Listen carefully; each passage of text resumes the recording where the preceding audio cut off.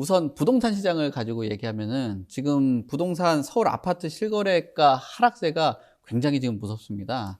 지금 이런 실거래가가 전체적으로 2달 연속 떨어지고 있는데, 이런 부동산 시장, 뭐 부동산 학 아니면은 부자 학 뭐 이런 네. 것들을 전체적으로 보시면서 어떻게 진단을 하는지 좀 말씀 주시겠어요? 저는 이제 지금 현재 부동산이 하락하는 가장 큰 이유는 이제 은행 이자죠. 네.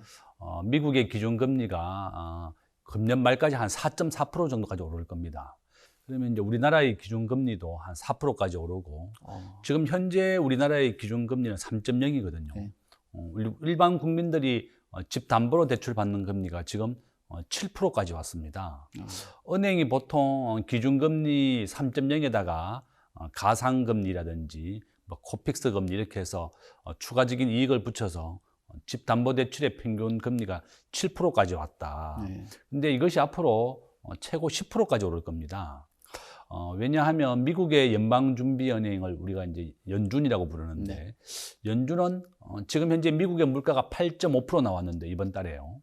미국의 연준의 목표는 2%가 될 때까지 기준금리를 계속 올리는 겁니다. 한참 남았네요. 예, 앞으로 2024년까지 미국이 기준금리를 올리겠다고 했고, 기준금리 목표는 당초가 5.0이었는데 아마 5.5까지 올라갔습니다.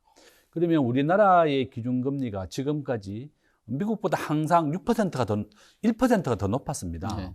그러니까 미국이 5.5까지 올린다 그러면 우리는 6.5가 돼야 되고, 우리 국민들이 집담보대출로 받는 금리가 앞으로 10%까지 될 것이라는 게 바로 이런 이유 때문에 그런 겁니다. 미국의 연준은 항상 물가를 잡는 겁니다. 우리가 정부가 하는 정책은 두 가지가 있는데, 하나는 재정정책, 하나가 금융정책입니다. 재정정책은 우리 대한민국의 예산 630조 원을 가지고 그 가운데 10%가 항상 국방비입니다. 네. 그다음에 30%가 복지비로 나가고 있고, 그다음에 교육비로 나가죠.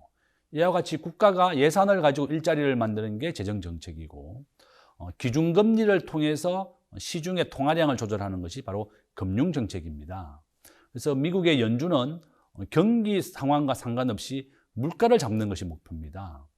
미국이 왜 이렇게 물가를 잡기 위해서 난리인가 하면, 코로나 시대에 미국이 전 세계에 풀른 달러가 6조 달러 정도 됩니다. 돈을 6조 달러 풀었더니 사람들이 물건을 사고 집을 구매하고 월세가 오르고 이렇게 되다 보니까 미국의 연준은 2%로 물가를 낮춰야 되겠다. 그래서 이제 경제가 정상화되었기 때문에 물가를 2% 잡는 것이 목적입니다. 1981년도에 미국의 기준금리는 폴 볼커 연준 의장 때는 21%까지 올린 적이 있었거든요.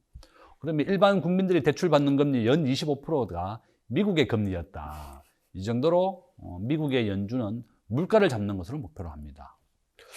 인플레이션율이 이제 물가 인상인데 이게 왜 안 좋은가 하면요.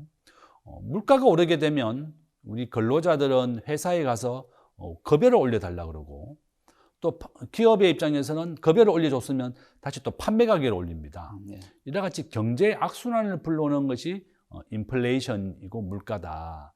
그래서 모든 나라는 항상 2% 정도로 물가를 잡는 것을 목표로 합니다. 그래서 코로나 이후에 경제가 정상화되어 가는 와중에 있기 때문에 미국이 기준금리를 앞으로 2년 정도 더 올린다. 이렇게 감안하시면 되겠습니다.